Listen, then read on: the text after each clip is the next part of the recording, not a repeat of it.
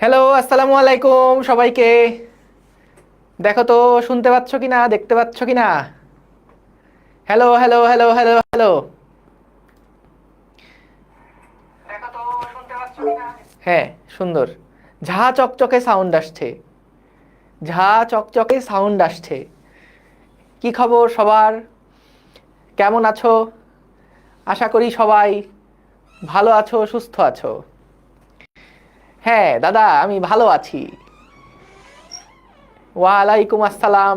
আসসালামু আলাইকুম সবাইকে। ওকে, তো সবাই খাতা কলম নিয়ে রেডি হয়ে যাও। আমরা আজকে খুবই গুরুত্বপূর্ণ লেকচার শুরু করব। প্রথমেই আগের দিনের যে পড়াগুলা পড়েছিলাম, সেই গত 20-30 বছর আগে, সেইগুলা দিয়ে আগে পড়াশোনা শুরু করব, একটু রিকল করার চেষ্টা করব। তারপরে আমরা আজকের টপিকে আস্তে আস্তে ঢুকে যাব। তোমাদের কি ঈদের আমেজ শেষ হয়েছে? তোমাদের কি কলেজ দিয়েছে? সো কে কোন কলেজ পেয়েছো জানাতে পারো, জানাতে পারো। আর ঈদের আমেজ শেষ হয়েছে কিনা সেটাও জানিও। পাও নাই এখনো? কেন? Saidpur government science college, very good. Anowara government college, সব ভুলে গেছি, আমিও সব ভুলে গেছি। তোমাদের সাথে সাথেই সব কিছু আবার মনে করব। বাহ, এই তো অনেকেরই তো কলেজ দিয়ে দিছে, অনেকেরই তো আগে কলেজ দিয়ে দিয়েছে দেখছি। Chittagong college, Dhaka city college, city college, MC college, BF Shaheen college, Noakhali government college, Gazipur cantonment college, Chattogram college, ডিআরএমসিতে চান্স পাইছে। সামিয়া ইসলাম কেমনে ডিআরএমসিতে চান্স পায়? হ্যাঁ, Notre Dame college, Mymensingh, saint Gregory, Joypurhat government college, Chattogram government model. বাহ, মাশাল্লাহ। শোনো, এই জিনিসটা আমি প্রথম দিন তোমাদের ওরিয়েন্টেশন ক্লাসেও বলেছিলাম। তো সবাই একটু জয়েন করতে থাকুক, তারপর শুরু করছি। প্রথমে আগে একটু খোশ গল্প করে নেই।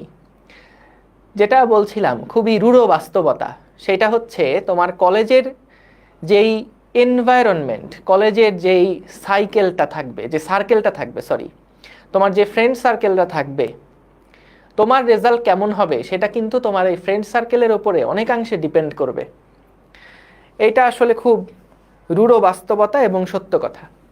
তুমি তোমার কলেজে যে সমস্ত ফ্রেন্ডদের সাথে মিশবা, যদি দেখো তারা পড়াশোনায় অনেক সিরিয়াস, তাইলে দেখবা তুমিও দিন শেষে অনেক সিরিয়াস আসো। যদি এরকম হয়, যদি দুর্ভাগ্য হয় যে তুমি আসলে খুব একটা পড়াশোনায় সিরিয়াস না, তাহলে দেখবা যে আসলে তোমার যে ফ্রেন্ড সার্কেল বা যাদের সাথে তুমি মিশছো, তারাও আসলে ওই খুব একটা পড়াশোনা নিয়ে সিরিয়াস না। তো এই কারণে যখন কলেজে নতুন একটা কলেজ শুরু করছো, স্কুলের ফ্রেন্ডরা সব পিছনে ফেলে আসছো, এক একজন বন্ধু এক একজন কলেজে চলে গেছে, যেইটাই হোক চেষ্টা করবা নতুন ফ্রেন্ড সার্কেল যদি বানাও, যদি পুরান ফ্রেন্ড সার্কেল ফেলে এসে নতুন ফ্রেন্ড সার্কেল বানানোর একটা সুযোগ তৈরি হয়, তাহলে প্রথম থেকে চেষ্টা করবা যারা সিরিয়াস তাদের সাথে যোগাযোগটা রাখতে, তাদের সাথে কথাবার্তা বেশি বলতে। অনেকে তোমাকে আতেল বলবে, একটু গালি দিবে, বলবে যে ধুরো এত পড়াশোনা করে কি হবে, কি রে তুই তো অনেক সিরিয়াস, আরে বুয়েটিয়ান, হ্যাঁ, এরকমভাবে একটু খোঁটা মারার চেষ্টা করবে।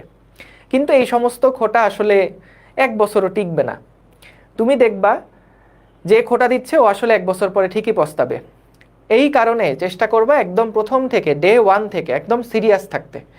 তোমার আশেপাশে মানুষজন তোমাকে যতই কটু কথা বলুক না কেন, যতই খোটা মেরে কথা বলুক না কেন, আরে সিরিয়াস, এই স্যারের খুব প্রিয় স্টুডেন্ট, হ্যাঁ, এরকম দেখবা যে খোঁচা মেরে মেরে কথা বলে, ওদের সাথে মিশতে যাবাই না।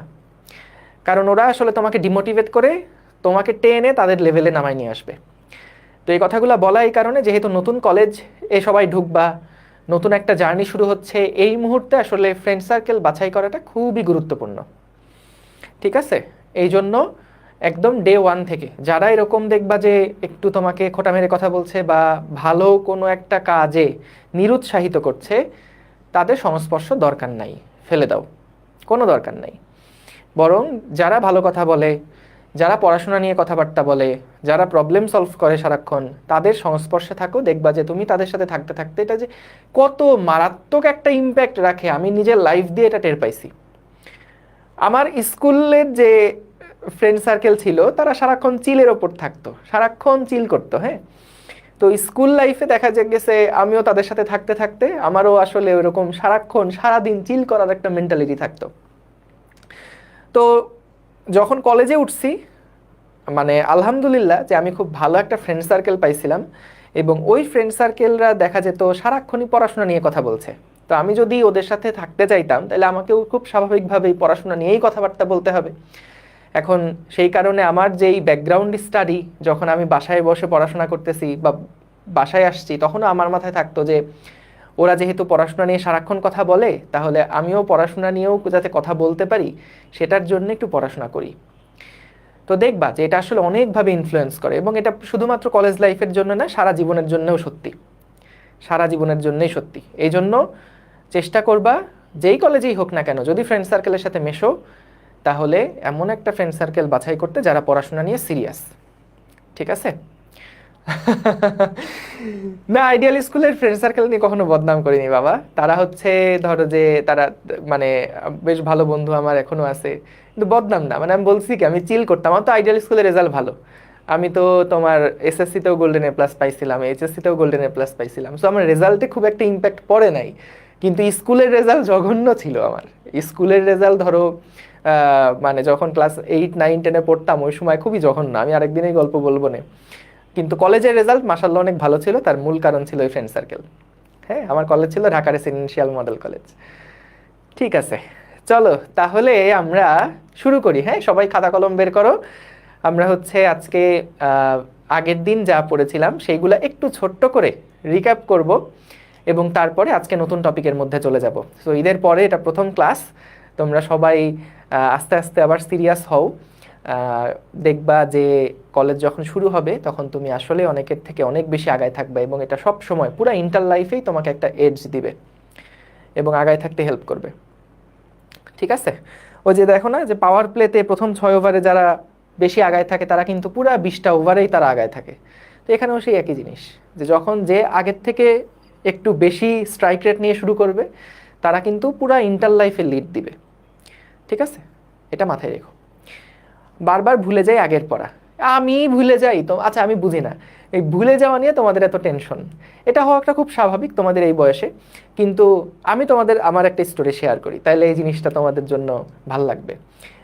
আমি 2013 সাল এইচএসসি পরীক্ষা দিছি। 2011 সালে আমি হচ্ছে এসএসসি পাস করার পরে ফিজিক্স পড়া শুরু করছি ইন্টারে, তাই না? 11 সালে এসএসসি পাস করার পরে আমি ইন্টারের ফিজিক্স পড়া শুরু করছি। ইন্টারে ফিজিক্স পড়ছি 2 বছর। 2013 সালে এইচএসসি পাস করলাম, তারপরে অ্যাডমিশন টেস্টের জন্য ফিজিক্স পড়ছি। এরপরে 13 সালে বুয়েটে ঢোকার পরের থেকে ওই 14 সাল থেকে এখন কোন সাল, 24 সাল, এই 10 বছর ধরে আমি ফিজিক্স মানে পড়াচ্ছি। নিজে পড়ছি 2-2.5 বছর, তারপরে ফিজিক্স পড়াচ্ছি এখন। এবং আজকের এই ক্লাস নেওয়ার আগেও আমি কি কি পড়াবো সেগুলো আমার দেখে আসা লাগছে। আমিও ভুলে গেছি যে এই চ্যাপ্টারের মধ্যে কি কি ছিল, কোনটার পরে কোন সিকোয়েন্স আসবে, কোন সিকোয়েন্সে পড়াইলে ভালো হয়। আমার বিগত বছরের যে লেকচার ছিল সেইগুলোই আমি নিজে আরেকবার দেখে তারপরে এই ক্লাসে আসি। বিগত বছরে আমি যে নোটগুলা করছি, আমার নিজের করা নোট, ওই নোটগুলোই আমি দেখে দেখে তারপরের ক্লাসে যাই। তো তাহলে আমি ভুলে যাই না? আমি 10 বছর ধরে পড়ানোর পরেও আমি এখন ভুলে যাই। তোমাদের ক্লাসে আসার আগে আমাকে আরেকবার দেখে আসতে হয়। তাইলে তোমরা মাত্র কেবল পড়াশোনা শুরু করলা, খুব স্বাভাবিক যে ভুলে যাবাই। কিন্তু এই যে বারবার বারবার করে দেখতে হবে, যতবার করে দেখবা তত দেখবা মাথায় গেঁথে গেছে। সো এগুলো নিয়ে একদম চিন্তা করো না। ঠিক আছে? এগুলো নিয়ে একদম চিন্তা করবা না। টাইম ম্যানেজমেন্ট নিয়ে আরেকদিন বলবো। ঠিক আছে? একদিনে সব মোটিভেশন দিলে কিছুই থাকবে না মাথায়। ওকে, সো চলো তাহলে আমরা শুরু করি। আমরা লাস্ট ক্লাসে দেখেছিলাম উপাংশ রিলেটেড জিনিসপত্র, উপাংশ রিলেটেড কনসেপ্টগুলো নিয়ে আমরা আলোচনা করেছিলাম। লম্ব উপাংশে ভেক্টরের বিভাজন, এটা জাস্ট একটু রিক্যাপ করব যে আগের দিন কি পড়েছিলাম। দেখো, আমরা দেখেছিলাম যে আগের দিনে আমরা দেখেছিলাম যে মনে করো আমাদের কাছে এইরকম একটা ভেক্টর আছে। আমরা চাই যে এই ভেক্টরটাকে দুইটা লম্ব উপাংশে ভাগ করতে। দুইটা লম্ব উপাংশে ভাগ করতে। তো মনে করো এই দিকে একটা উপাংশে আমি ভাগ করব এবং এই দিকে একটা উপাংশে ভাগ করব, মানে দুইটা লম্ব উপাংশে ভাগ করতে চাই। এখন এই জিনিসগুলা কি ছিল দেখো, যে মনে করো এইটা হচ্ছে আমাদের একটা ভেক্টর পি ভেক্টর, এইটা একটা পি ভেক্টর, এবং আমরা মনে করলাম এই পি ভেক্টরটাকে থিটা ডিগ্রি কোণে আমরা একটা উপাংশে ভাগ করব, থিটা ডিগ্রি কোণে আমরা একটা উপাংশে ভাগ করব। তাহলে এই উপাংশের মানটা কত হবে? এই উপাংশের মানটা কত হবে মনে আছে? যার সাথে কোণ থাকে সেই উপাংশটা হয় কজ, এইটা ছিল হচ্ছে আমাদের পি কস থিটার উপাংশ, আর যার সাথে কোণ থাকে না সেই উপাংশটা কি থাকে? P sine theta. জাস্ট একটু মনে করানোর জন্য এটা আরেকবার একটু বললাম, যে যার সাথে কোণ থাকে সেটা হচ্ছে কস থিটা, যার সাথে কোণ থাকে না এটা হচ্ছে সাইন থিটা। যেমন মনে করো আমরা যদি এখন চাই যে এই ভেক্টরটাকে দুইটা উপাংশে ভাগ করব, কিন্তু আমরা এই কোণটা দেওয়া আছে থিটা, তাহলে এটা যদি আমাদের পি ভেক্টর হয় তাহলে এদিক বরাবর উপাংশের মানটা কত হবে? উপাংশের মানটা কত হবে? যেদিক বরাবর কোণ থাকবে সেটা হবে কজ, পি কস থিটা, এবং এই দিকটা কি হবে? P sine theta, P cos theta, P sine theta. তাহলে দেখো যার সাথে কোণ আছে সেই দিক বরাবর উপাংশটার মান হয় পি কস থিটা, এবং এই পি কস থিটার সাথে 90 ডিগ্রি কোণে যেই উপাংশটা থাকে সেটার মান হয় পি সাইন থিটা। সবাই একটু ওয়াই লিখে জানায় দাও তো এটা কি বুঝছো কিনা, একটু ওয়াই লিখে জানায় দাও এটা বুঝছো কিনা, ইয়েস কিনা। এই দুইটা জিনিস আগের ক্লাসে বুঝাইছি, সো এটা জাস্ট একটু রিমাইন্ডার দেওয়া, একবার রিকল করায় দেওয়া। এটা তাহলে আমরা সবাই কিন্তু পারি এবং জানি, এটা নিয়ে কারোর কোনো কনফিউশন নাই, তাই তো? এইবার আমরা আসলে দেখব এই যে উপাংশ জিনিসটা আমরা শিখছি এইটার আসলে অ্যাপ্লিকেশনগুলো কোথায়, এগুলা আসলে কাজে লাগালে আমরা কিভাবে উপকার পেতে পারি, সেই জিনিসগুলা নিয়ে আমরা এখন সামনের কয়েকটা এক্সাম্পল দেখব, কিছু উদাহরণ দেখব, যেই উদাহরণগুলো দেখলে আমরা বুঝতে পারবো যে একটা ভেক্টরকে ভাঙলে আমরা কিভাবে করে খুব সহজে ঘটনাটাকে ব্যাখ্যা করতে পারি। তাহলে চলো আমরা কিছু এক্সাম্পল আগে একটু দেখে নেই।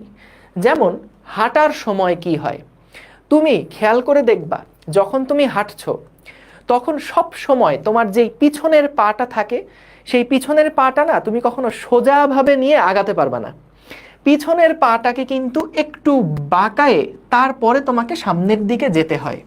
এখানে পায়ের একটা ছবি দেওয়া আছে দেখো খেয়াল করে, যখন তুমি এই দিক বরাবর অগ্রসর হবা তখন খেয়াল করে দেখো হাঁটতে গেলেই একটা পা অবশ্যই এরকম বাঁকানো অবস্থায় চলে যেতে হয়, এরকম বাঁকানো অবস্থায় থাকতে হয়। এখন ভাইয়া বাঁকানো অবস্থায় থাকলে কি হয়?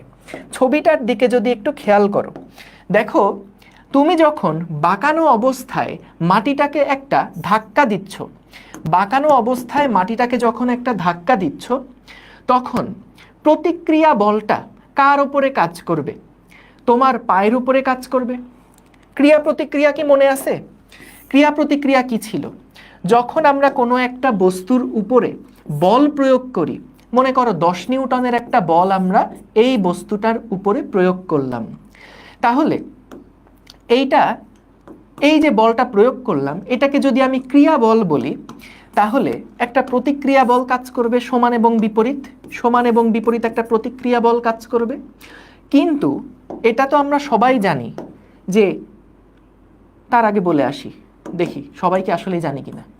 আচ্ছা বলো তো, যদি কোনো একটা বস্তুর উপরে এই দিক বরাবর 10 নিউটন বল কাজ করছে, বা মনে করো তুমি একটা বস্তুকে দড়ি ধরে এদিকে 10 নিউটন বলে টানছো, তোমার আরেকজন বন্ধু ওই একই বস্তুকে একই সময়ে দড়ি ধরে উল্টা দিকে 10 নিউটন বলে টানছে, বস্তুটা যদি আগে স্থির অবস্থায় থাকতো তাহলে বলতো এই বস্তুটা কি বল দুইটা প্রয়োগের ফলে গতিশীল হতো না স্থিরই থাকতো? বলতো এই বস্তুটা কি আগের মতন স্থিরই থাকতো নাকি গতিশীল হতো? যদি দুই দিকে সমান বল প্রয়োগ করা হয় স্থির থাকতো, তাই না? কারণ ওর উপরে নেট বল তো শূন্য। যদি এটা 10 নিউটন হয়, এটা 8 নিউটন হয়, তখন কিন্তু দেখা যাবে লব্ধি বলটা ডান দিকে কাজ করছে এবং তখন এই বস্তুটা ডান দিকে চলা শুরু করবে। কিন্তু যেহেতু একদিকে 10 নিউটন বল এবং সমান একটা বল বিপরীত দিকে কাজ করছে, তাহলে টোটাল বল কিন্তু এর উপরে শূন্য প্রযুক্ত হচ্ছে। তাই বস্তু যদি আগে স্থির থাকে তাহলে স্থিরই থাকবে, খুব সহজ, দুই পাশে সমান টানাটানি করলে নড়বে না। এখন আসো ক্রিয়া প্রতিক্রিয়ার বেলাতে। কোনো একটা বস্তুর উপরে আমি যদি একটা বল প্রয়োগ করি, ক্রিয়া বল যদি এটা হয়, তাহলে প্রতিক্রিয়া বল কিন্তু সমান এবং বিপরীত। তাহলে মান যদি সমান হয় এবং দিক যদি বিপরীত হয়, তাহলে তো এই বস্তুটার উপরে যেহেতু দেখো 10 নিউটন বল সমান এবং বিপরীত দুইটা কাজ করছে, তাহলে তো এই বস্তুটারও কখনোই নড়ার কথা না। কিন্তু আমি যদি এখানে ক্যালকুলেটর হাতে নিয়ে এর উপরে একটা ধাক্কা দেই, তাহলে তো এই বস্তুটা ঠিকই নড়ছে। তাহলে কেন নড়ছে? দেখো, এই যে বস্তুটা আছে, আগে প্রশ্নটা বোঝার চেষ্টা করো, অনেকগুলা কনফিউশন এখান থেকে ক্লিয়ার হয়ে যাবে। এখানে যে বস্তুটা আছে, এই বস্তুটার উপরে দেখো আমি 10 নিউটন বল প্রয়োগ করলাম। 10 নিউটন বল প্রয়োগ করলে দেখতে পাচ্ছি বস্তুটা কিন্তু নড়ছে, এই ক্যালকুলেটরটা কিন্তু চলা শুরু করছে। কিন্তু আমরা কি জানি, ক্রিয়া প্রতিক্রিয়া সমান এবং একে অপরের বিপরীত দিকে কাজ করে। তাহলে আমি যখন এই ক্যালকুলেটরের উপরে 10 নিউটনের একটা বল দিলাম, তখন তো একটা বল ক্রিয়া কাজ করছে আর একটা বল প্রতিক্রিয়া কাজ করছে। ক্রিয়া এবং প্রতিক্রিয়া পরস্পর সমান এবং বিপরীত দিকে কাজ করছে। তাহলে কি এই বস্তুটার কখনো নড়ার কথা? নড়ার কথা না। কিন্তু তুমি হয়তো ভাবতে পারো যে ভাই 10 নিউটন দিয়েছেন, কম বল, হয়তো ঘর্ষণের কারণে মুভ করে নেই, আপনি 100 নিউটন দিয়ে দেখেন না নড়ে কিনা। দেখো, যদি তুমি এখানে 100 নিউটন বল দাও, এটা যদি ক্রিয়া বল হয়, তাহলে ক্রিয়া প্রতিক্রিয়া সব সময় সমান এবং বিপরীত দিকে কাজ করে, তখন এটাও তো 100 নিউটন হয়ে যাবে। তাহলে দুইটাই যদি 100 নিউটন হয়, তখনও তো এই বস্তুর মুভ করার কথা না। তার মানে যতই বল দাও ততই তো ক্রিয়া প্রতিক্রিয়া সমান একে অপরের বিপরীত দিকে কাজ করে, কখনোই মুভ করার কথা না। তাহলে কেন মুভ করে বলো? কেন মুভ করছে? যখন এই বস্তুটার উপরে আমি একটা বল প্রয়োগ করলাম, তখন তো দেখতেছি আরে কি সুন্দর নড়ছে, কিন্তু ক্রিয়া প্রতিক্রিয়া তো সমান, একে অপরের বিপরীত দিকে কাজ করে। ক্রিয়া প্রতিক্রিয়া সমান, 10 10, 100 100, একে অপরের বিপরীত দিকে কাজ করে, তাহলে কখনোই তো নড়ার কথা না। তাইলে কেন নড়ে? এই যে ফেসবুকে আরহাম আখিয়ার সবার আগে উত্তরটা দিয়েছ, সেইটা হচ্ছে যে না, ঘর্ষণ বলের কারণে না, অর্ণব চক্রবর্তী, মুবাশিরি জান্নাত, বাম দিকে 200 ডানে 100 হবে না, এরকম কিছু না। এইখানে হচ্ছে ওই যে ফেসবুকে যে অ্যান্সারটা দিছো, দাঁড়াও নামটা আরেকবার আমি পড়ি, ও হচ্ছে আরহাম আখিয়ার, ও বলছে ক্রিয়া প্রতিক্রিয়া একই বস্তুর উপরে কাজ করে না। ক্রিয়া প্রতিক্রিয়া সবসময় দুইটা আলাদা বস্তুর উপরে কাজ করে। এটা লিখে নাও খাতায়, যে ক্রিয়া প্রতিক্রিয়া ক্রিয়া প্রতিক্রিয়া ক্রিয়া প্রতিক্রিয়া কখনোই কখনোই একই বস্তুর উপর কাজ করে না। ক্রিয়া প্রতিক্রিয়া কখনোই একই বস্তুর উপর কাজ করে না, সব সময় দুইটা ভিন্ন বস্তুর উপর কাজ করে। সব সময় দুটি ভিন্ন বস্তুর উপরে সব সময় দুটি ভিন্ন বস্তুর উপরে কাজ করে। সব সময় দুটি ভিন্ন বস্তুর উপরে কাজ করে। তার মানে কি ভাই? তার মানে হচ্ছে যে ক্রিয়া প্রতিক্রিয়া কখনোই একই বস্তুর উপর কাজ করে না, সব সময় দুইটা ভিন্ন বস্তুর উপরে কাজ করে। তার মানে এই যে 100 নিউটনের যে বলটা আমি দিয়েছিলাম, সেই বলটা বস্তুর উপরে প্রয়োগ করার ফলে বস্তুটা চলা শুরু করবে। কিন্তু এই প্রতিক্রিয়া যেই বলটা, এই প্রতিক্রিয়া বলটা কিন্তু কখনোই এই বস্তুটার উপরে কাজ করবে না। প্রতিক্রিয়া বলটা কাজ করে কার উপরে? এইটা কাজ করছে আমার উপরে বা বল প্রয়োগকারীর উপরে। বল প্রয়োগকারীর উপর। বল যে প্রয়োগ করছে সেই প্রয়োগকারীর উপরে কিন্তু এই বলটা প্রযুক্ত হচ্ছে, আর এই বলটা কিন্তু বস্তুটার উপরে প্রযুক্ত হচ্ছে। তাহলে দুইটা ফোর্স যেহেতু আলাদা আলাদা অবজেক্টের উপরে কাজ করছে, সেই কারণে এখানে কখনোই কিন্তু নেট বল 0 না, নেট বল এখানে 100। কিন্তু এই প্রতিক্রিয়া বলটা বস্তুর উপর কাজ করছে না, এটা কাজ করছে আমার আঙুলের উপরে। আমি যখন এই হাত দিয়ে ক্যালকুলেটরটাকে একটা ধাক্কা দেই, আমি যখন এই আঙুল দিয়ে ক্যালকুলেটরটাকে একটা ধাক্কা দিচ্ছিলাম না, সেই সময় আমি কিন্তু হাতে একটা ব্যথা অনুভব করছি, আমি আমার আঙুলে কিন্তু একটা চাপ অনুভব করছি, একটা মানে একটু দেখো আঙুলটা ভাঁজ হয়ে যায় না যখন ধাক্কা দেই। তাহলে এই যে চাপ খাচ্ছি বা ব্যথা পাচ্ছি, এইটা কি কারণে? কারণ ওই ক্যালকুলেটরটা প্রতিক্রিয়া বলটা আমার আঙুলের উপরে দিচ্ছে বলে আমি এই ব্যথাটা পাচ্ছি। আর আমি ক্যালকুলেটরের উপরে একটা ক্রিয়া বলই শুধুমাত্র প্রয়োগ করছি। তুমি বলতে পারো, কেন ভাইয়া প্রতিক্রিয়া বল যেহেতু এই ক্যালকুলেটরটা দিচ্ছে, তাহলে প্রতিক্রিয়া বল দেওয়ার জন্য কি ওর উপরে কোনো ইফেক্ট পড়বে না? না, সব সময় এই বস্তুর উপরে ইফেক্ট পড়বে যেই বলটা কাজ করবে সেটার জন্য। তাহলে দেখো, যখন আমি এই বস্তুটার উপরে 100 নিউটনের একটা বল দিলাম, এই বল ওর উপরে কাজ করছে, শুধুমাত্র সেটার ইফেক্টই ও অনুভব করবে। কিন্তু যে প্রতিক্রিয়া বলটা আমি পাচ্ছি, সেটার কোনো রকমের ইফেক্ট কিন্তু এর উপরে থাকবে না।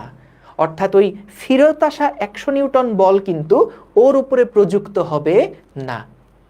তাহলে ক্রিয়া প্রতিক্রিয়া সব সময় কিন্তু সব সময় দুইটা ভিন্ন বস্তুর উপরে কাজ করে, কখনোই একই বস্তুর উপরে কাজ করে না।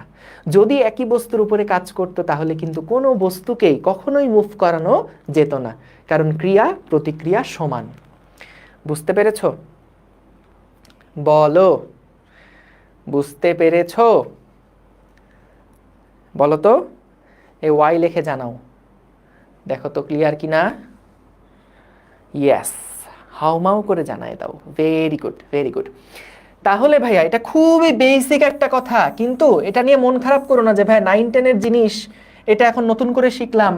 বিষয় হচ্ছে অনেক মানে অ্যাডমিশন ক্যান্ডিডেট যারা ভর্তি পরীক্ষা দিতে যাবে, সেই রকম স্টুডেন্টদেরও এইরকম খুব বেসিক প্রশ্নে দেখা যায় কনফিউশন থেকে যায়। একদম ডে 1 থেকে এইগুলা ক্লিয়ার রাখবা, কনসেপ্ট একদম ক্রিস্টাল ক্লিয়ার থাকতে হবে সব সময়, যে ভাই আমি যখন একটা বস্তুর উপরে বলটা প্রয়োগ করলাম, ওর উপরে শুধুমাত্রই একটা বলের ইফেক্টই কিন্তু থাকবে। কারণ তুমি দেখবা সামনে যখন নিউটনীয় বলবিদ্যা অধ্যায় আসবে, আরও কমপ্লেক্স অধ্যায়গুলো আসবে, তখন না অনেকেই এই ছোট্ট ছোট্ট বিষয়গুলো ক্লিয়ার না থাকার কারণে অনেক কঠিন হয়ে যায় ওর জন্য। বুঝতে পেরেছো? ক্রিয়াবলের জন্যই দায়ী, হ্যাঁ, সবসময় প্রতিক্রিয়া বল এই বস্তুর উপর কাজ করছে, যে দিবে তার উপরে কাজ করছে। তাহলে এখানে খেয়াল করে দেখো, এই যে আমরা যখন এই পা দিয়ে যখন মাটির উপরে একটা ধাক্কা দিলাম, একটা ফোর্স অ্যাপ্লাই করলাম, তখন এই যে লাল কালারের যে বলটা না, এইটা শুধুমাত্র কাজ করছে কিন্তু ওই ফ্লোরের উপরে। এই লাল কালারের বলটা শুধুমাত্র কাজ করছে কার উপরে? ওই মেঝের উপরে, ফ্লোরের উপরে কাজ করছে। এই লাল কালারের বলের কোনো ইফেক্ট কিন্তু এই পায়ের উপরে নাই। কিন্তু বলতো, মেঝের উপরে যদি এই পাটা একটা ফোর্স দেয়, তাহলে মেঝে কি আর চুপচাপ বসে থাকবে? সে কি একটা প্রতিক্রিয়া বল দিবে না? তাহলে প্রতিক্রিয়া বলটা কার উপরে কাজ করবে আমাকে বলো তো? প্রতিক্রিয়া বলটা কার উপরে কাজ করবে? এটা যদি ক্রিয়া বল হয়, তাহলে প্রতিক্রিয়া বলটা পায়ের উপরে কাজ করবে। Very good. তাহলে যদি পায়ের উপরে কাজ করে, তাহলে সেটার ডিরেকশনটা কোন দিকে হবে ভাইয়া? পায়ের উপরে কাজ করলে ক্রিয়া বলের মানের সমান এবং দিকটা হবে বিপরীত। ক্রিয়া বলের যে মান ছিল, মানটা হবে সমান, জাস্ট দিকটা কি হবে? দিকটা হবে বিপরীত, এবং এটা কাজ করবে কোন দিকে? কাজ করবে পায়ের উপরে। পায়ের উপরে কিন্তু এই ফোর্সটা তখন কাজ করবে, এই ফোর্সটা কাজ করবে। এখন পায়ের উপরে কিন্তু এই বলটা কাজ করছে, কিন্তু খেয়াল করে দেখো, পায়ের উপরে যে বলটা কাজ করছে এটা কিন্তু একটু তির্যকভাবে, একটু আঁকাবাঁকা পথে। আমরা এই যে বলটা প্রযুক্ত হলো, এটাকে একটু অ্যানালাইসিস করতে চাই। এই অ্যানালাইসিসটা করার জন্য আমরা কি করব? এই বলটাকে দুইটা উপাংশে ভাগ করব।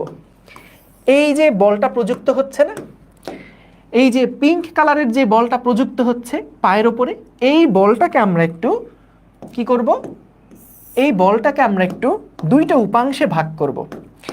একটা উপাংশ থাকবে একদম লম্ব বরাবর, আর আরেকটা উপাংশ থাকবে এই দিক বরাবর। ঠিক আছে? তাইলে আমাকে বলো, যখন এই ফোর্সটা কার উপরে কাজ করছিল, পায়ের উপরে, বা ওই লোকটার উপরে এই ফোর্সটা কাজ করছিল, এই ফোর্সটাকে আমরা একটু অ্যানালাইসিস করার জন্য যে এই ফোর্সটা আমাদের বডির উপরে কাজ করে কেমন ইম্প্যাক্ট রাখছে সেটা বোঝার জন্য আমরা এই বলটাকে দুইটা উপাংশে ভাগ করে ফেলব। যখন দুইটা উপাংশে ভাগ করে ফেলব তখন কিন্তু এই ফোর্সটা আর থাকবে না। কারণ জিনিসটা খুব সহজ। মনে করো 2 আর 5 দুইটা সংখ্যাকে যোগ করে তুমি 7 লিখছো, তাইলে তুমি হয় কোনো একটা জায়গাতে 2 আর 5কে রাখবা অথবা তার যোগফল 7কে রাখবা, কিন্তু কখনোই দুইটাকে একসাথে কিন্তু রাখবা না। মনে করো তোমাকে কেউ বলল যে বাজার থেকে 7টা চকলেট নিয়ে আয়, তাহলে 7টা চকলেট বলতে তুমি কিন্তু হয় 2 যোগ 5 বুঝবা অথবা তুমি 7 বুঝবা, দুইটা একসাথে কিন্তু না। 7কে ভেঙে ফেললে আমরা 2 আর 5 পাই, 2 আর 5কে যোগ করলে আমরা 7 পাই, তাহলে দুইটা একসাথে না। আমরা এখানে ওইটাই করলাম। এই যে ভেক্টরটা আছে এই ভেক্টরটাকে দুইটা উপাংশে ভাগ করে ফেললাম, তখন কি আর আসলে এটার কোনো অস্তিত্ব থাকবে? থাকবে না। এই ভেক্টরটা দুইটা উপাংশে কিন্তু ভাগ হয়ে গেছে। এই দুইটাকে যোগ করলে আমি এখন এটা পাবো, ঠিক আছে? এই দুইটা ভেক্টরকে যোগ করলে কিন্তু আমি এই ভেক্টরটা পাবো। তো এটা তো বুঝে গেছো যে আসলে এটা এখন নাই, এই ভেক্টরটাকেই ভেঙে আমরা দুইটা উপাংশে ভাগ করছি। এখন খেয়াল করো, যদি আমাদের এই কোণটা ধরো যদি থিটা হয় এবং এটা যেহেতু রিয়াকশন ফোর্স ছিল, প্রতিক্রিয়া বল ছিল, এই কারণে আমরা এটাকে আর দিয়ে প্রকাশ করছি। এই আরটা কে কাকে দিছে? এই আরটা হচ্ছে মাটি দিছে লোকটাকে, লোকটার উপরে এই বলটা প্রযুক্ত হচ্ছে। আচ্ছা, লোকের উপরে কি লাল বল প্রযুক্ত হচ্ছে? না, মেঝেটার উপরে এই লাল বলটা প্রযুক্ত হচ্ছে, আর এই পিঙ্ক কালারের বলটা কিন্তু লোকটার উপরে কাজ করছে। Very good. তাহলে ভাইয়া বলো তো, এই আর যেই ভেক্টরটা ছিল যেটা ওই বস্তুটার উপরে কাজ করছে বা মানুষটার উপরে কাজ করছে, এটার দুইটা উপাংশে যদি ভাগ করি তাহলে এই দিকের উপাংশটার মান কত হবে? এই দিকের উপাংশটার মান হবে কি আর কস থিটা না? এবং এই দিক বরাবর উপাংশটার মান কত হবে? আর সাইন থিটা হবে না? বলো তো, একটা আর কস থিটা হবে আর একটা আর সাইন থিটা হবে। এখন এই যে আমি এটাকে ভেঙে ফেললাম, ভেঙে লাভটা কি হলো? লাভটা হলো আমি এখান থেকে খুব সুন্দর করে এখন একটা ব্যাখ্যা দিতে পারবো। কি ব্যাখ্যা? ব্যাখ্যাটা হচ্ছে যে দেখো, এই যে ফোর্সটা লোকটার উপরে কাজ করছিল, এই ফোর্সটার একটা উপাংশ তাকে সাহায্য করছে সামনের দিকে এগিয়ে যেতে। দেখো, লোকটা এভাবে হাঁটা মানে কি সে এদিক বরাবর আসবে না? তাহলে এদিক বরাবর আসার জন্যে কাউকে না কাউকে তো পুশ করতে হবে, ধাক্কা দিতে হবে। ওই ধাক্কাটা কিন্তু মেঝে থেকে সে পাচ্ছে, কারণ মেঝের উপরে সে একটা ধাক্কা দিছিল। তাহলে মেঝের উপরে ধাক্কা দিছিল, মেঝে প্রতিক্রিয়া স্বরূপ এই লোকটার উপরে একটা বল প্রয়োগ করলো এবং এই বলটা প্রয়োগের কারণেই সে সামনের দিকে আগাচ্ছে, এটা ঠিক। কিন্তু অপর দিকে খেয়াল করে দেখো, আমরা এটাকে আরো সুন্দর করে অ্যানালাইজ করার জন্য যেটা বললাম, এই ভেক্টরটাকে তুমি যদি দুইটা উপাংশে ভাগ করো, যে একটা হলো আনুভূমিক দিকে আর একটা উলম্ব দিকে, মানে লম্ব উপাংশে ভাগ করছো। এই লম্ব উপাংশ মানে কি ছিল জানো? লম্ব উপাংশ মানে ছিল যেই উপাংশ দুইটার মধ্যবর্তী কোণ, মানে একটা ভেক্টরকে এমন দুইটা উপাংশে ভাঙবো যাদের মধ্যবর্তী কোণ হবে 90 ডিগ্রি। এই যে যেমন এই দুইটা ভেক্টরের মধ্যবর্তী কোণ কত? 90 ডিগ্রি। তাহলে খেয়াল করো, এই যে ভেক্টরটা, এই ভেক্টরটা একটা এদিকে উপাংশ একটা এদিকে উপাংশ, আর cos থিটা যে উপাংশটা সেটা আসলে কি করছে? আর cos থিটা উপাংশটা লোকটাকে সামনে চলতে সাহায্য করছে, সামনে চলতে সাহায্য করছে, সামনে চলতে সাহায্য করছে, ঠিক আছে? আর cos থিটাটা হচ্ছে লোকটাকে কি সামনে চলতে সাহায্য করছে। আচ্ছা, আর sin থিটাটা ভাইয়া কি করছে? এটা তো বুঝলাম না। দেখো কত সুন্দর একটা জিনিস, আর sin থিটাটা আসলে হেল্প করছে লোকটার, আর sin থিটা আসলে লোকটির ওজন বহন করছে, লোকটির ওজন বহন করছে। এটার মানে কি ভাইয়া বুঝলাম না। ওজন বহন করা মানে কি? আচ্ছা বলো তো, আমি মনে করো যখন এইরকম একটা সারফেসের উপরে মনে করো আমি দাঁড়ায় আছি, মনে করো আমি হচ্ছে দাঁড়ায় আছি, এই যে এটা হচ্ছে মনে করো আমি দাঁড়ায় আছি এখানে, ঠিক আছে? আরে ঘোরাচ্ছি কেন? তো মনে করো এই যে দাঁড়ায় আছি আমি এখানে, হ্যাঁ। এখন এই যে দাঁড়ায় আছি, এই দাঁড়ায় থাকার ফলে কেন আমি দাঁড়ায় আছি? আমার তো দাঁড়ায় থাকার কথা না। পৃথিবী আমাকে কোন দিকে টানছে? পৃথিবী তো আমাকে এমজি বলে নিচের দিকে টানছে। পৃথিবী আমাকে এমজি বলে নিচের দিকে টানছে। তাইলে ভাই, যদি আমাকে কোনো একটা বস্তু নিচের দিকে টানে, তাহলে তো আমার নিচের দিকে পড়ে যাওয়ার কথা। কোনো একটা বস্তু যেহেতু পৃথিবী আমাকে নিচের দিকে টানছে, তাহলে তো এই লোকটার কি হওয়ার কথা? নিচের দিকে পড়ে যাওয়ার কথা না? কিন্তু কেন ও নিচের দিকে পড়ছে না? কেন ও মাটির উপরে স্থির হয়ে আছে? তার কারণ কি বলতো? তার কারণ কি? তার কারণটা হচ্ছে, আমরা যখন মাটির উপরে দাঁড়ায় আছি, মাটি কিন্তু আমাদেরকে একটা প্রতিক্রিয়া বল দিচ্ছে, যেই প্রতিক্রিয়া বলটা এই এমজিটার সমান। এই প্রতিক্রিয়া বলটা কে দিচ্ছে? মাটি দিচ্ছে। কার উপরে দিচ্ছে? এই মানুষটার উপরে দিচ্ছে। এবং এই আর এবং এমজি এই দুইটা পরস্পর সমান হওয়ার কারণেই কিন্তু আমরা মাটির উপরে বা মেঝের উপরে দাঁড়ায় থাকতে পারছি। মাটির উপরে বা মেঝের উপরে দাঁড়ায় থাকতে পারছি। দেখো, এই দাঁড়ায় থাকার সায়েন্স বুঝছো কিনা? এখন তুমি বলতে পারো যে ভাই, মাটি কি কারণে আর প্রতিক্রিয়া বল দিচ্ছে? মাটিটা কি কারণে আর প্রতিক্রিয়া বল দিচ্ছে? মাটির কি খেয়ে দেয়ে কাজ নাই? তাহলে ক্রিয়াবল কোনটা? দেখো, ক্রিয়াবলও কিন্তু আছে। ক্রিয়াবলটা কে দিচ্ছে? ক্রিয়াবলটা দিচ্ছে এই লোকটা। কার উপরে দিচ্ছে? এই মেঝেটার উপরে দিচ্ছে। কারণ পৃথিবী যখন ওকে এমজি বলে টানছে, তখন এই লোকটা কি আসলে মেঝেটার উপরে একটা বল প্রয়োগ করছে না এমজির পরিমাণে? আবার শোনো কথাটা, যদি মেঝে না থাকতো, মেঝে নাই, মেঝে নাই, মেঝে নাই, যদি মেঝে না থাকতো, তাহলে কিন্তু জাস্ট এমজি বলটাই এই লোকটার উপরে কাজ করত। এখন যখন মেঝের উপরে লোকটা দাঁড়ায় আছে, তখন এই লোকটা কি মেঝের উপরে একটা বল প্রয়োগ করছে না? এই লোকটা কি মেঝের উপরে একটা বল প্রয়োগ করছে না? তাহলে মেঝে কি আর বসে থাকবে? মেঝেটা কি একটা প্রতিক্রিয়া বল এই লোকটার উপরে দিবে, এই লোকটার উপরে দিবে, এই লোকটার উপরে একটা প্রতিক্রিয়া বল দিবে। ওই প্রতিক্রিয়া বলটাই তো আর। তাহলে এই দুইটা বল পরস্পর সমান হওয়ার কারণেই কিন্তু আমরা কিভাবে দাঁড়ায় আছি? মাটির উপরে সোজাভাবে দাঁড়ায় আছি। আর সমান সমান এমজি বলে আমরা সুন্দর মতন স্থির হয়ে কিন্তু দাঁড়ায় থাকতে পারছি। ঠিক আছে? কারণ দেখো, লোকটা যখন পৃথিবী যখন লোকটাকে এমজি বলে নিচে টানছে, তখন লোকটাও কিন্তু মেঝের ওপরে এমজির সমপরিমাণ বলই প্রয়োগ করছে। তাহলে মেঝেটাও লোকটার উপরে প্রতিক্রিয়া বল আর প্রয়োগ করবে।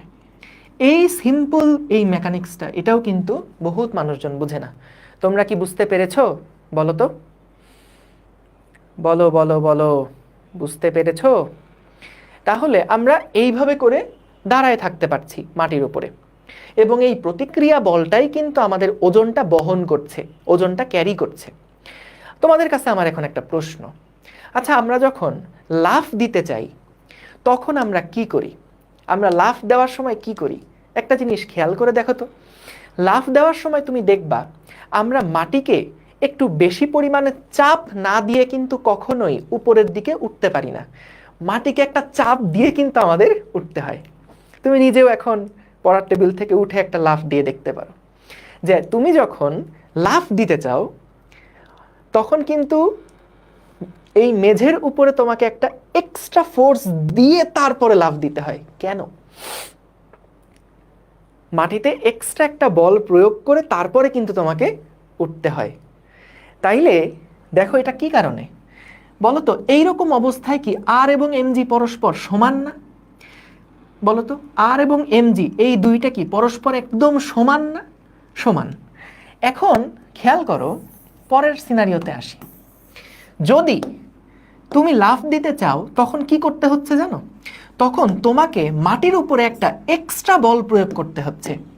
মাটির উপরে একটা এক্সট্রা এফ বল প্রয়োগ করতে হচ্ছে। তোমাকে কি করতে হচ্ছে খেয়াল করো, তোমাকে মাটির উপরে একটা এক্সট্রা এফ বল প্রয়োগ করতে হচ্ছে। তাহলে মাটি কি আর বৈশা থাকবে? তুমি মাটিকে টোটাল কত বল দিছো? এমজি বলও দিছো, আবার এফ বলও দিছো, তাই না? তুমি মাটিকে টোটাল কত বল দিছো? এমজিও দিছো, এফও দিছো। খেয়াল করো, দুইটা এমজির মধ্যে কিন্তু পার্থক্য আছে। এই এমজিটা কার উপরে কাজ করছে?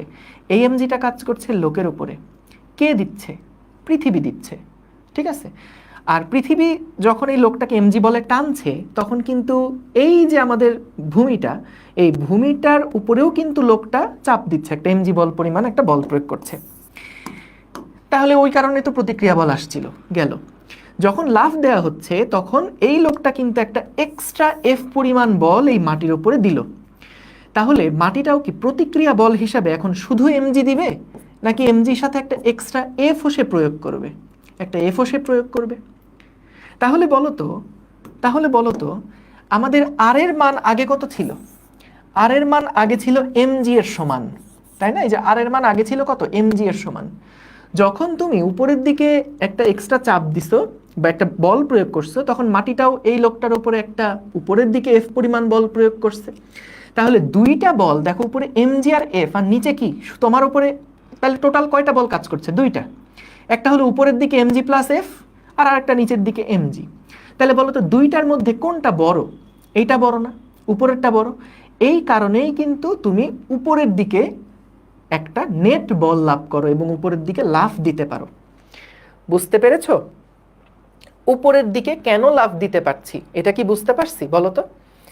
উপরের দিকে কেন লাফ দিতে পারলাম? কারণ আমরা নর্মাল অবস্থাতে যখন দাঁড়ায় আছি, তখন কিন্তু আমরা মাটির উপরে শুধুমাত্র এমজি বলই প্রয়োগ করছি। কারণ পৃথিবী যেহেতু আমাদেরকে এমজি বলে টানছে, তাই আমরাও মাটির উপরে এমজি পরিমাণ বলই প্রয়োগ করছিলাম। এখন মাটিও আমাদের সুন্দর মতন উপরের দিকে আর পরিমাণ বল প্রয়োগ করছিল, যেটা এমজির মানের সমান।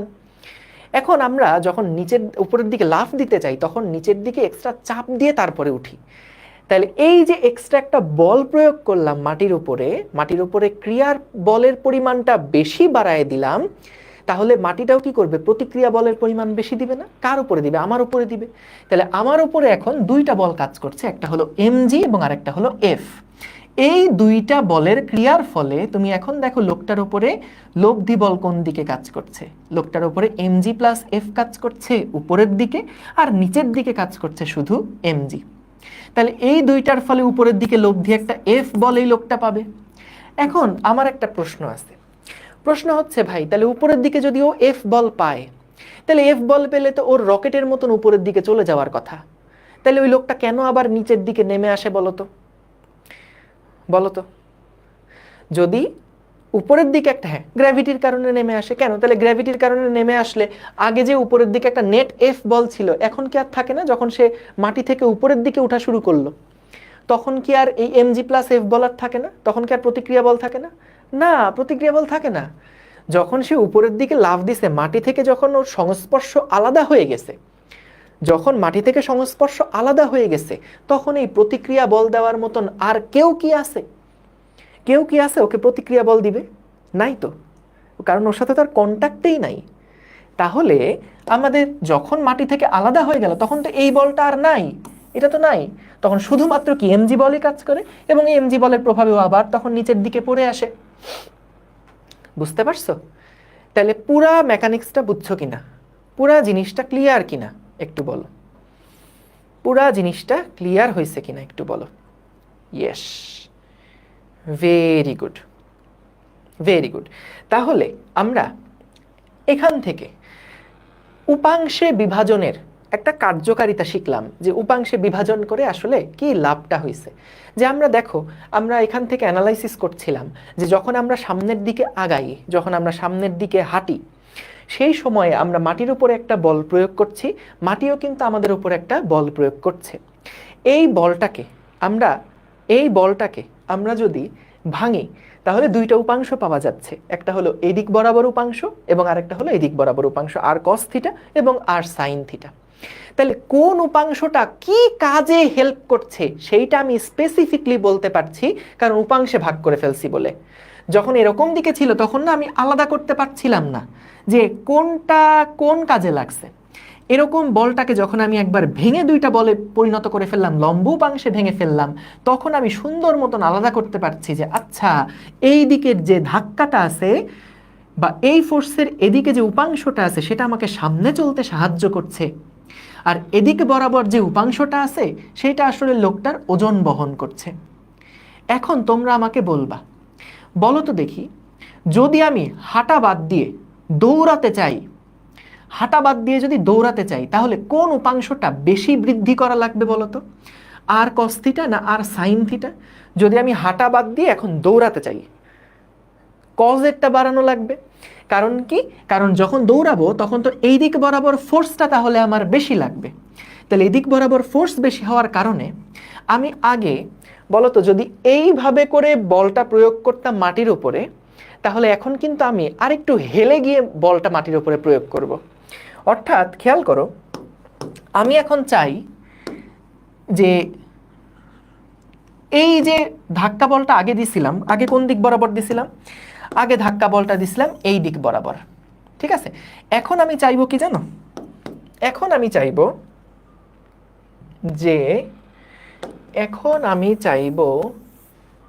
যে এই যে ধাক্কা বলটা আছে, এই যে ধাক্কা বলটা আছে সেটাকে আরেকটু এইভাবে করে হেলে দেওয়ার জন্য, আরেকটু এইদিকে দেওয়ার জন্য, যাতে করে আমি আমাদের উপরে যে প্রযুক্ত বল, সে প্রযুক্ত বলটা এইরকম একটা দিকে পাই। এরকম একটা দিকে পেয়ে লাভ কি? খেয়াল করো, এরকম একটা দিকে পেয়ে লাভটা হচ্ছে যখন আমি অ্যাঙ্গেলটাকে একটু বাড়াই দিলাম আর একটু হেলায় দিলাম। কারণ তুমি দেখো হাঁটার সময় তুমি উলম্বের সাথে না, আনুভূমিকের সাথে হাঁটার সময় কিন্তু আনুভূমিকের সাথে যত কোণ প্রয়োগ করছো, যখন দৌড়াচ্ছ তখন আনুভূমিকের সাথে পাটাকে কিন্তু আরো বেশি তুমি উলম্ব করে ফেলো, পাটাকে আরো বেশি উলম্ব করে ফেলো, বা এই কোণটাকে কমায় ফেলো। এই যে মাটির সাথে যে কোণটা আছে, পায়ের যে কোণটা, মাটির সাথে পায়ের কোণটাকে কিন্তু তুমি আরো কমায় ফেলো যখন দৌড়াতে চাও। তাহলে সেই সময় এমনিতে আর তো বাড়েই, কিন্তু তাছাড়াও কোণটাও কিন্তু তুমি বৃদ্ধি করে দাও। তাহলে সেই ক্ষেত্রে যেটা হচ্ছে দেখো, যে আমাদের এই থিটার মানটা যেহেতু এখন আগের তুলনায় কমে গেছে, তাহলে বলো তো আর কস থিটার মান কি আগের থেকে বেড়ে যাবে না? আর সাইন থিটার মান কি আগের থেকে কমে যাবে না? আর কস থিটার মান বেড়ে যাবে এবং আর সাইন থিটার মান কিন্তু কমে যাবে। সো তাহলে আর কস থিটা যেটা, এইটাই কিন্তু তোমাকে তখন আরো দ্রুত গতিতে যেতে হেল্প করছে। এবং তখন কি আসলে এই আর এর মানটা সেম থাকে যখন আমরা হাঁটি ভার্সেস যখন আমরা দৌড়াই? তুমি বলো তো, যখন তুমি হাঁটছো তখন মাটির উপরে যেই চাপ দাও, যখন দৌড়াচ্ছ তখন কি মাটির উপরে আরো বেশি জোরে ধাক্কা দিচ্ছ না? যখন তুমি হাঁটো তখন মাটির উপরে যেরকম ভাবে তুমি চাপ দাও, যখন দৌড়াও তখন আরো জোরে ধাক্কা দাও না? আরো জোরে ধাক্কা দাও। তাহলে এই যে আরো জোরে ধাক্কা দিচ্ছ, মাটিকে দিচ্ছ, তাহলে মাটিও কি তোমার উপরেও একটা জোরে ধাক্কা দিবে, এবং অ্যাঙ্গুলার ভাবে দিবে, মানে আরেকটু এরকম শোয়ানো ভাবে দিবে। তার মানে আর কস থিটার দুইটাই কিন্তু বাড়ে, তখন আরও বাড়ে এবং কস থিটার উপাংশটাও তখন বাড়ে। ঠিক আছে, এই আর কি। সো তাহলে আমরা আশা করি বুঝতে পারছি। এত ডিটেলসে তোমাদের বইতে নাই, কিন্তু একটা আইডিয়া রাখো, ঠিক আছে? একটা আইডিয়া রাখো। ক্লিয়ার? তাইলে আমরা এটা বুঝতে পেরেছি। Very good. হ্যাঁ, আরও বাড়বে, এবং তখন আমাদের এই যে থিটা যেটা, এটাও তো আমরা একটু কমাই দিছি। তাহলে কস থিটার মান যত কমে কস থিটার মান তত বাড়তে থাকে, তাহলে আর কস থিটার মান তত কিন্তু বৃদ্ধি পাবে। ঠিক আছে? এবং আর সাইন থিটার মান কি আসলে কমবে? এখন এটা বলতে পারো যে ভাই, তাহলে আগে তো আর সাইন থিটাটা এমজিকে ধরে রাখছিল, এখন যদি আর সাইন থিটা কমে যায়, এমজির থেকে কমে যায়, তাহলে এমজি তো একটা নিচের দিকে কাজ করছে। তাহলে ভাই কি হইলো এখানে? এমজি তো বেশি, আর সাইন থিটা যদি কমে যায় তাহলে তো মাটির গর্তের মধ্যে ঢুকে যেতে থাকবে না। দেখো, আলটিমেটলি তখনও কিন্তু আর সাইন থিটা, কারণ আর এর মান তো বেড়ে গেছে, আর এর মান তো বেড়ে গেছে, এখানে আর এর মান কিন্তু কম ছিল। যখন আর সাইন থিটা সমান সমান এমজি ছিল, আর সাইন থিটা সমান এমজি ছিল, তখন আর এর মান যা ছিল, যখন আমরা দৌড়াচ্ছি তখন কিন্তু আর এর মানটাও পরিবর্তন হয়ে গেছে। সো আলটিমেটলি এটা কিন্তু তোমাকে ওই এমজি পরিমাণ সাপোর্টটা সবসময় দিয়ে যাবে, যদি না মাটিটা পাতলা হয়, নরম হয়, ওরকম টাইপের মাটি আমরা চিন্তা করছি না, হার্ড সারফেসের উপর চিন্তা করো। তাহলে আর প্রাইম সাইন থিটা সমান সমান এমজি। সো আমার আলটিমেটলি থিটার মান হয়তো পরিবর্তন হবে, আর এর মান হয়তো পরিবর্তন হবে, কিন্তু এমজিটাকে সে ঠিকই কিন্তু সাপোর্ট দিয়ে যাবে। ওকে, সো আশা করি বুঝতে পেরেছি। তাহলে লাফ দেওয়ার মেকানিক্সটা বুঝলাম, এবং কিভাবে দৌড়ায় যায় এটাও আশা করি আমরা বুঝতে পারছি। ওকে, ভেরি গুড। এখন তো বুঝছি, বাট পরে মনে থাকবে না, কোনো চিন্তা করো না। শোনো, ওই ক্লাস 9-10-এও যখন প্রথম S is equals to U T plus half A T square সূত্র পড়ছো, ওই সময়ও কিন্তু তুমি আসলে প্রথম ভুলে যেতা, খুব স্বাভাবিক এগুলা। কিন্তু যত প্র্যাকটিস করছো, যত পড়ছো, তত কিন্তু মাথার মধ্যে একদম গেঁথে গেছে। সো আমি যে বললাম না যে আমিও তোমাদের ক্লাস নিতে আসার আগে আমিও পড়াশোনা করি, একটু দেখে যাই, ভুলে যাই যে কি কি টপিক ছিল, কি কি কনসেপ্ট ছিল, এগুলো সব ভুলে যাই, আরেকবার এসে দেখতে হয়। সো আমি কি একদম প্রথম ফার্স্ট ইয়ারে থাকতে যেভাবে করে পড়ছিলাম অতক্ষণ সময় ধরেই আমার পড়া লাগে? না, ওই তো দেখা যায় একবার একটু চোখ বুলায় যায় গিয়ে, ও হ্যাঁ মনে পড়ছে, হ্যাঁ ঠিক আছে এগুলো এগুলো পড়াইছিলাম, ঠিক আছে তাহলে এগুলো এগুলো পড়াই। তো তোমাদেরও দেখবা যত যত বেশি পড়বা, যত টাইম দিবা, তত আস্তে আস্তে কিন্তু এগুলা একদম মাথার মধ্যে পার্মানেন্টলি গেঁথে যাবে, পার্মানেন্টলি গেঁথে যাবে। এগুলা তখন মনেই হবে না যেগুলো মনে রাখার মতন কোনো বিষয়, তখন মনে হবে যে আর এগুলা তো সহজ জিনিস, এগুলা তো নিজেই বানায় লেখা যায়। আসলেই তাই। এই যে দৌড়ানোর কথা যেটা বললাম, লাফ দেওয়ার কথা যেটা বললাম, এগুলো আসলেই নিজে বানায় পরীক্ষার খাতায় লেখা যায়। ঠিক আছে, ওকে, ঠিক আছে। আর কস কেমনে বের করে? আরে ভাই, তোমাকে যদি থিটার মান কেউ দিয়ে দেয় প্রশ্নের মধ্যে, আর এর মান যদি দিয়ে দেয়, তাহলে আর কস থিটা বের করতে পারবো। এখান থেকে ম্যাথ দেয় না, এখান থেকে খ নাম্বার প্রশ্ন দেয় যে আমাদের পায়ে হাঁটার ক্ষেত্রে কিভাবে করে পায়ে হাঁটে ব্যাখ্যা করো, বা উপাংশের বিভাজনের কার্যকারিতা ব্যাখ্যা করো। ঠিক আছে, এভাবে করে খ নাম্বার প্রশ্ন দেয়। ওকে, এইবার আসো আমাদের পাখি ওড়ার ক্ষেত্রে কি হয়। এটা এখন পড়তে যেও না, দাঁড়াও একটা মিনিট, এটা পড়তে যেও না। এখানে অনেক হিজিবিজি লেখা আছে, এগুলা লিখে রাখছি যাতে খ নাম্বার প্রশ্ন যখন পরীক্ষার আগে লিখবা তখন যাতে একবার একটু রিডিং পড়ে যাও, কারণ ভাষাটা গুরুত্বপূর্ণ। ওকে, সো পাখি উড়ার সময় আসলে কি হয় খেয়াল করো। যখন পাখি উড়ে তখন দেখো এই যে দুই পাশের যে দুইটা ডানা, দুই পাশের দুইটা ডানা দেখতে পাচ্ছ, এটা পাখির মুখ। আমরা এখানে টপ ভিউটা দেখাচ্ছি। টপ ভিউ মানে বুঝছো তো, উপর থেকে দেখছি যে পাখি উড়ে যাচ্ছে, আমরা উপর থেকে ভিউটা নিছি। এই যে পাখিটা এই দিক বরাবর যাচ্ছে উড়ে উড়ে, আমরা উপর থেকে ভিউটা নিছি। এখন এখানে কি হয় দেখো, পাখিটা কিন্তু ডানা ঝাপটাচ্ছে, ডানা ঝাপটাচ্ছে। যখন এটা ডানা ঝাপটাবে, এই যে এখান থেকে এইভাবে করে তো সে ডানা ঝাপটাবে, তার মানে দেখো সে আসলে বাতাসের উপরে কিন্তু একটা বল প্রয়োগ করছে। বাতাসের উপরে সে এই দিক বরাবর একটা বল প্রয়োগ করছে, এবং এই পাখাটা বাতাসের উপরে এই দিক বরাবর একটা বল প্রয়োগ করছে। এখন আমাকে বলো, বাতাসের উপরে যদিও বল প্রয়োগ করে, একটা ক্রিয়া বল যদিও প্রয়োগ করে, তাহলে প্রতিক্রিয়া বলটা কি বাতাসের উপরে কাজ করবে নাকি পাখির ডানার উপরে কাজ করবে? পাখির ডানার উপরে কাজ করবে। তাহলে এই যে লাল দুইটা ফোর্স, এটা কিন্তু বায়ুর উপরে কাজ করছে। কে দিছে? পাখিটা দিছে। কার উপরে কাজ করছে? বাতাসের উপরে। এটা একটু লিখে দেই, এই লাল কালারের বলটা কার উপর কাজ করছে? এটা কাজ করছে বাতাসের উপর। এটা কাজ করছে বাতাসের উপর। কে দিচ্ছে? পাখি দিচ্ছে। তাহলে বাতাসের উপর যদি কাজ করে, বাতাস তো আর বসে থাকবে না, বাতাস তো আর বসে থাকবে না, তাহলে বাতাসও কি করবে? একটা প্রতিক্রিয়া বল কিন্তু পাখির উপরে প্রয়োগ করবে। এই বলের একটা প্রতিক্রিয়া বল পাখির উপরে কিন্তু প্রয়োগ করবে। তাহলে এখন বলো তো দেখি, এই যে পাখির উপরে দুইটা বল কাজ করছে, তাহলে পাখির উপর যখন দুইটা বল কাজ করবে তখন পাখিটা কোন দিক বরাবর নেট ফোর্স লাভ করবে? এই দুইটা ফোর্সের লব্ধি বরাবর না? দুইটা ফোর্স যখন একটা বস্তুর উপরে কাজ করে তখন কোন দিক বরাবর নেট ফোর্সটা কাজ করে? দুইটা ফোর্সের লব্ধি বরাবর। তাহলে এই লব্ধি বরাবর কিন্তু পাখিটার উপরে তখন বলটা কাজ করবে। বুঝতে পেরেছেন? দেখো শোনো, কস সাইন থিটা কিভাবে ভ্যালু ট্যালু বের করতে হয় এগুলো নিয়ে চিন্তাই করো না। কস থিটার মান ক্যালকুলেটারে দেওয়া থাকবে, মানে থিটার মান দেওয়া থাকবে ওই টাইপের প্রশ্নের জন্য। তারপর থিটার মান দেওয়া থাকলে সাইন থিটা ক্যালকুলেটার দিয়ে বের করতে পারবা, কস থিটা বের করতে পারবা, ওইগুলো নিয়ে কোনো চিন্তাই করো না। ঠিক আছে, ওকে। তাইলে দেখো আমরা এখানে আরেকবার জিনিসটা বলি। কি করছে এখানে পাখিটা? পাখিটা হচ্ছে তার পাখনা দিয়ে বাতাসের উপরে বল প্রয়োগ করছে। বাতাস পাখির উপরে বিপরীত এবং সমান বল প্রয়োগ করছে। এই দুইটা বলের যে লব্ধি, সেই লব্ধি বলটা পাখির উপরে কাজ করার ফলে, বা আলটিমেটলি তো দুইটা বলই কাজ করছে, দুইটা বলের যে লব্ধি সেই দিক বরাবর নেট ফোর্স, এই নেট ফোর্সটা দিয়ে কিন্তু পাখিটা সামনের দিকে আগায় গেছে। এইটাই ভাষা এখানে লেখা আছে।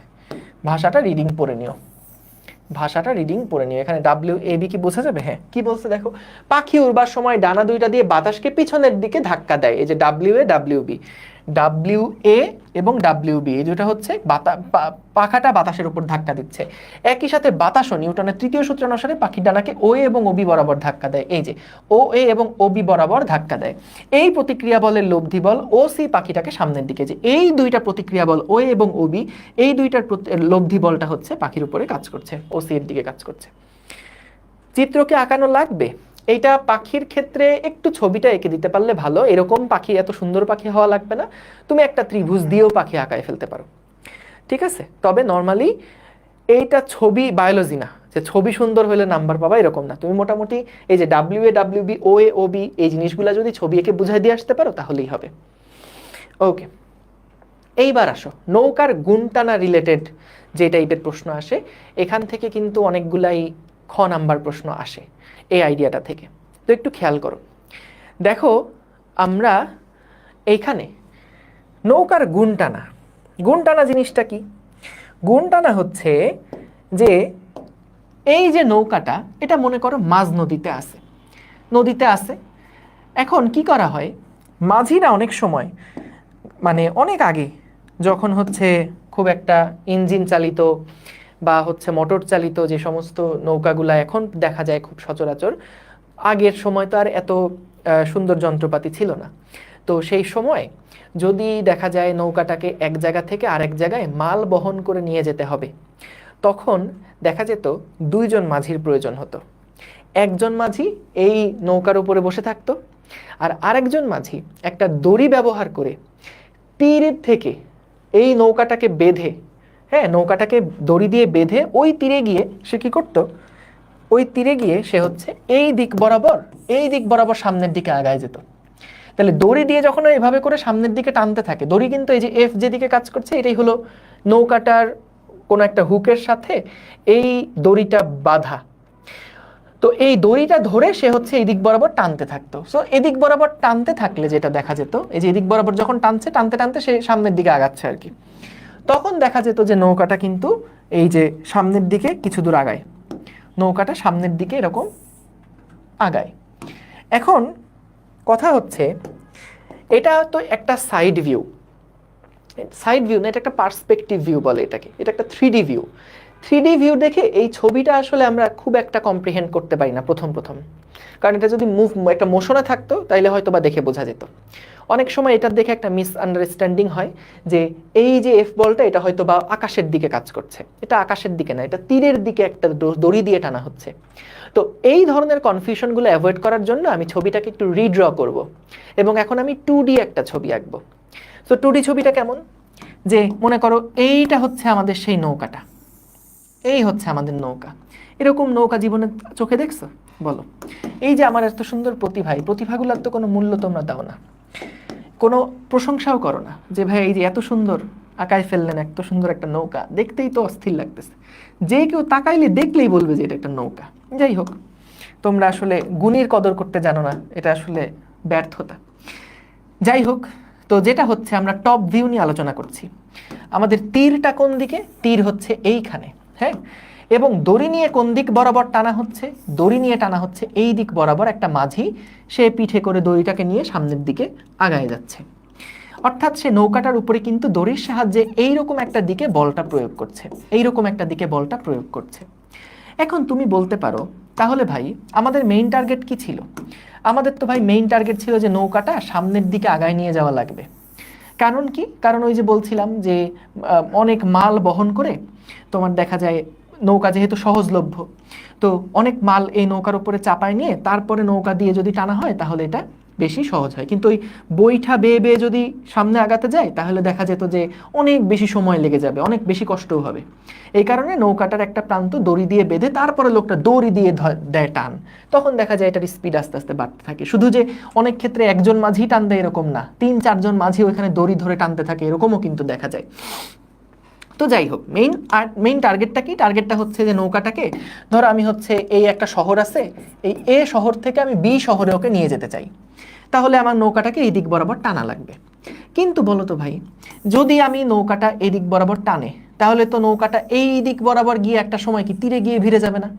তাহলে আমার যে টার্গেট ছিল যে নৌকাটাকে এই দিক বরাবর সামনে আগায় নিয়ে যাওয়া, সেটা কিন্তু আমি আর পারছি না। আমার টার্গেট কি? নৌকাটাকে এইরকম একটা শহর থেকে অনেক দূরে, ধরো বিটা এখানে না, বিটা হচ্ছে এইরকম একটা জায়গায় অনেক দূরে একটা শহরের দিকে নিয়ে যাওয়া। এখন যদি ওই মাঝি সে যদি নৌকা ধরে বা গুণ টেনে যদি তীর বরাবর টানতে থাকে নৌকাটাকে, তাহলে নৌকা তার এইদিকে গিয়ে একটু পরে তীরে গিয়ে বাড়ি খাবে, নৌকাটা তার ওই দিকে সে টেনে নিয়ে যেতে পারবে না, তাহলে ঝামেলা। তাইলে খেয়াল করো, এই ঝামেলাটা কি বুঝছো? টার্গেটটা কি বুঝছো, আইডিয়াটা কি বুঝছো? বলো বলো বলো বলো বলো, বুঝতে পারছো? Thank you, very good. তাহলে খেয়াল করো যে এখন এই দিক বরাবর বল প্রয়োগ করা হয়েছে, এই দিক বরাবর আমাদের মাঝি সে একটা বল প্রয়োগ করছে, এবং এই বলটা যে প্রয়োগ করলো সেটার দুইটা উপাংশ আছে, একটা উপাংশ এই দিক বরাবর, আরেকটা উপাংশ এই দিক বরাবর, দুইটা উপাংশ আছে, দুইটা উপাংশ আছে। খেয়াল করো, এইটা হচ্ছে আমাদের থিটা যদি হয়, তাহলে এদিক বরাবর উপাংশটা হচ্ছে এফ কস থিটা, এবং এদিক বরাবর উপাংশটা হচ্ছে এফ সাইন থিটা। ভাই এটা কি হলো? এই এফ বরাবর কে টানছে? মাঝি টানছে। কাকে টানছে? নৌকাটাকে টানছে। আমরা কি করলাম, অ্যানালাইসিস করার জন্য এই ফোর্সের যে দুইটা উপাংশ আনুভূমিক আর উলম্ব, এরকম দুইটা উপাংশে ভেঙে ফেললাম, বা দুইটা লম্ব উপাংশে ভেঙে ফেললাম। সোজা কথা, আনুভূমিক লম্ব বলা ঠিক হবে না, আমরা এখানে এটাকে লম্ব উপাংশে ভেঙে ফেললাম। তাহলে এফ বলটাকে দুইটা উপাংশে ভাঙলে আমরা বুঝতে পারলাম, ও আচ্ছা, এফ কস থিটা যে উপাংশটা আছে, সেই উপাংশটা নৌকাটাকে কি করছে? সামনের দিকে নিচ্ছে। এই উপাংশটাই হচ্ছে সামনের দিকে নিয়ে যাচ্ছে, সামনের দিকে নিয়ে যাচ্ছে এই উপাংশটা। কে বলতে পারবা এফ সাইন থিটা উপাংশটা নৌকাটাকে কোন দিকে নিয়ে যাচ্ছে বলো তো? এফ সাইন থিটা উপাংশটা নৌকাটাকে কোন দিকে নিয়ে যাচ্ছে বলো তো? পাড়ের দিকে, তীরের দিকে। ও এত জোস কেন তোমরা? মাঝে মাঝে আমার রাত্রেবেলা ঘুম ভেঙে যায়, ঘুম ভেঙে হাউমাউ করে কাঁদতে ইচ্ছা করে। কেন জানো? কারণ মনে হয় যে এত জোস স্টুডেন্ট আসলো কোথার থেকে রে, এত মেধাবী কেন? একটা স্টুডেন্ট থাকবে বোকা শোকা, বুঝে না সুঝে না, হ্যাঁ এরকম থাকবে। এত ব্রিলিয়ান্ট হলে তো সমস্যা ভাই। তাহলে সামনের দিকে নিয়ে যাচ্ছে F cos theta. F sine theta কি করছে? এফ সাইন থিটা হচ্ছে তীরের দিকে নিয়ে যাচ্ছে। তোমরা হয়তো অনেকেই বলতে পারো, না ভাই আপনি চাপা মারতেছেন। তোমরা হয়তো অনেকেই বলতে পারো যে না ভাই আপনি চাপা মারছেন। বিষয়টা সত্য, বিষয়টা তো মিথ্যা বললে তো ভুল বলা হবে। তীরের দিকে নিয়ে যাচ্ছে। এফ সাইন থিটা যে বলটা, এটা কি করছে? তীরের দিকে নিয়ে যাচ্ছে। ঠিক আছে, তাহলে এফ কস থিটা যেটা, এই বলটা হচ্ছে ওকে সামনের দিকে নিয়ে যাচ্ছে বা পাড়ের সমান্তরালে টেনে নিয়ে যাচ্ছে, আর এফ সাইন থিটা ওকে তীরের দিকে নিয়ে যাচ্ছে। তাহলে খেয়াল করছো, যখন আমরা এই বলটাকে ভেঙে দুইটা উপাংশে পেলাম, তখন কিন্তু আমরা খুব সুন্দরভাবে আলাদা আলাদা করতে পারলাম যে আচ্ছা তাহলে এফ কস থিটা দায়ী সামনে টানার জন্য, এফ সাইন থিটা দায়ী হচ্ছে তীরের দিকে টানার জন্য। এখন আমাদের প্রবলেমটা কি ছিল? প্রবলেম ছিল যে ভাই আমি তো চাই ওকে এ শহর থেকে ওই নৌকাটাকে বি শহরে টেনে নিয়ে যেতে, কিন্তু আমাকে ঝামেলা করছে কিন্তু এই উপাংশটা, তাই না? এফ সাইন থিটার কারণে নৌকাটা কি হবে, একটু পর পর সে কিন্তু দেখা যাবে ওই এখানে গিয়ে বাড়ি খাবে। কিন্তু ভাই এখানে গিয়ে বাড়ি খেলে তো আমি আর ওকে সামনে টেনে নিয়ে যেতে পারবো না। ওই তীরের সাথে যদি ঘেঁষতে ঘেঁষতে যায়, তাহলে তো আসলে সব দিক থেকেই গতিটা স্লো হয়ে যাবে, তাই না? সো তাহলে এখানে আসলে কি ব্যবস্থা নেওয়া যায়? এখানে খুব স্মার্ট একটা সলিউশন আছে। সলিউশনটা হচ্ছে, এইখানে আমাদের একটা মাঝি বসে থাকে, এইখানে একটা মাঝি বসে থাকে। এই মাঝিটা বসে কি করে, বৈঠা দিয়ে ঠিক এফ সাইন থিটার সমান পরিমাণ একটা বল, ধরো পি পরিমাণ একটা বল সে প্রয়োগ করতে থাকে বৈঠা দিয়ে। এটা কি দিয়ে প্রয়োগ করে? এইটা প্রয়োগ করে হচ্ছে বৈঠা দিয়ে, এইটা প্রয়োগ করে হচ্ছে বৈঠা দিয়ে। তো এই বৈঠা দিয়ে বলটা প্রয়োগ করার ফলে যেটা দেখা যায়, ওয়াই অক্ষ বরাবর কিন্তু এফ সাইন থিটা আর পি বল দুইটা সমান হয়ে যায়। তাহলে বলো তো, যদি দুইটা বল সমান হয়ে যায়, তাহলে আমাদের এই নৌকাটা কি আর কোনোভাবে উপরের দিকে মানে এই তীরের দিকে বা এই সাইডে আসবে? আসবে না, সে কিন্তু সোজা তখন এদিক বরাবর চলতে থাকবে। তাহলে দুইজন মাঝি, একজনের কাজ হচ্ছে ওই দিকে যেই মাঝিটা আছে সে তার কাজ হচ্ছে ভাই তুই দড়ি ধরে টানতে থাক, তুই এই তীরে আসা নিয়ে কোনো চিন্তা করিস না। কারণ এই পাশের যে মাঝিটা আছে সে কি করছে, এই নৌকাটার উপরে বৈঠার সাহায্যে এই দিকে একটা বল প্রয়োগ করছে। কার উপর? নৌকার উপরে। সো নৌকার উপরে যখন এদিক বরাবর একটা বল প্রযুক্ত হচ্ছে যেটা এফ সাইন থিটার সমান, এই দুইটা ফোর্সের কারণে কিন্তু কি হয়, ও এসে এই দিক বরাবর কোনো ট্রাভেল করে না, সে শুধুমাত্র তার উপর দেখো এটা কাটাকাটি হয়ে গেছে। এই দুইটা সমান সমান বল কাজ করার কারণে এই দুইটা কাটাকাটি হয়ে যায়। তাহলে এইটা সুন্দর মতন তখন এই দিক বরাবর কিন্তু ট্রাভেল করতে থাকবে, সামনের দিকে এটা আগাতে থাকবে। তাহলে বলো এটা কি বুঝেছো কিনা? এইটা কি বুঝেছো কি না? হ্যাঁ, মাঝি ভালো ফিজিক্স বোঝে, আসলেই তাই, আসলেই তাই। ঠিক আছে, ভেরি গুড। বুঝলাম, ক্লিয়ার, ভেরি গুড। এখন আসো যে দুই রকমের এখানে সৃজনশীল দেয়। একটা হচ্ছে যে দড়ি অনেক সময় বড় করা হয় নৌকার স্পিড বাড়ানোর জন্য। কি বললাম? দড়ি বাড়ানো হয় বা গুণের দড়িটা বড় করা হয়